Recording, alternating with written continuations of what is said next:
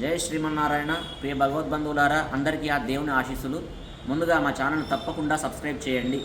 ఇక విషయానికి వస్తే, సద్దుల బతుకమ్మ మరియు పండుగ రోజులు ఏ విధంగా ఆచరించాలి అని చూస్తే మీరు ఎందుకు సందిగ్ధంలో ఉంటున్నారో అర్థం కావట్లేదు. ఎందుకంటే పెద్ద పెద్ద పంచాంగకర్తలు పంచాంగంలో సూచించిన విధంగా ప్రతి ఒక్క పురోహితుడు చెప్తున్నాడు, కానీ వాళ్ళ మాటలను మీరు లెక్క చేయట్లేరు. ఎందుకంటే 29వ తారీఖు సద్దుల బతుకమ్మ జరుపుకోవాలి, అలాగే 30వ తారీఖు దుర్గాష్టమి, 1వ తారీఖు మహర్నవమి, 2వ తారీఖు విజయదశమి. ఈ విధంగా పంచాంగకర్తలు చెప్పిన విధంగా మీరు జరుపుకోండి. ఇందులో సందేహమే లేదు. ఎందుకంటే ఈ సంవత్సరము తిథి ద్వయము, అంటే ఒక తిథి 2 రోజులు ఉండడం వలన ఈ విధంగా రావడం జరిగింది.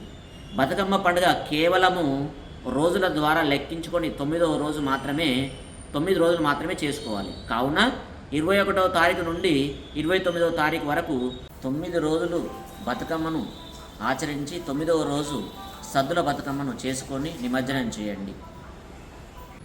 ఈ విధంగా పెద్దలు చెప్పిన విధానాన్ని ఆచరించండి, కానీ మధ్యలో వచ్చిన ఎవరి మాటలు వినకండి, ఎవరు చెప్పినా పట్టించుకోవద్దు. పంచాంగం ప్రకారం నడుచుకోండి, పెద్దలకు విలువనివ్వండి. జై శ్రీమన్నారాయణ.